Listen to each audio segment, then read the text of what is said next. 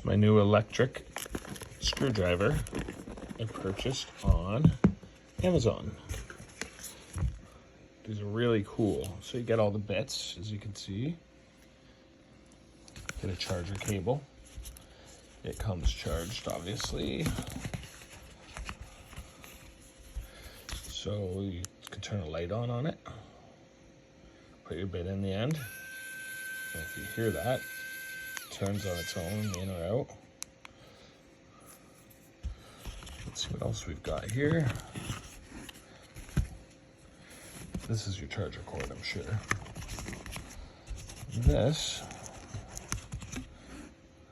is a demagnetizer or a magnetizer. That's really cool. I think it cost me about $20 Canadian.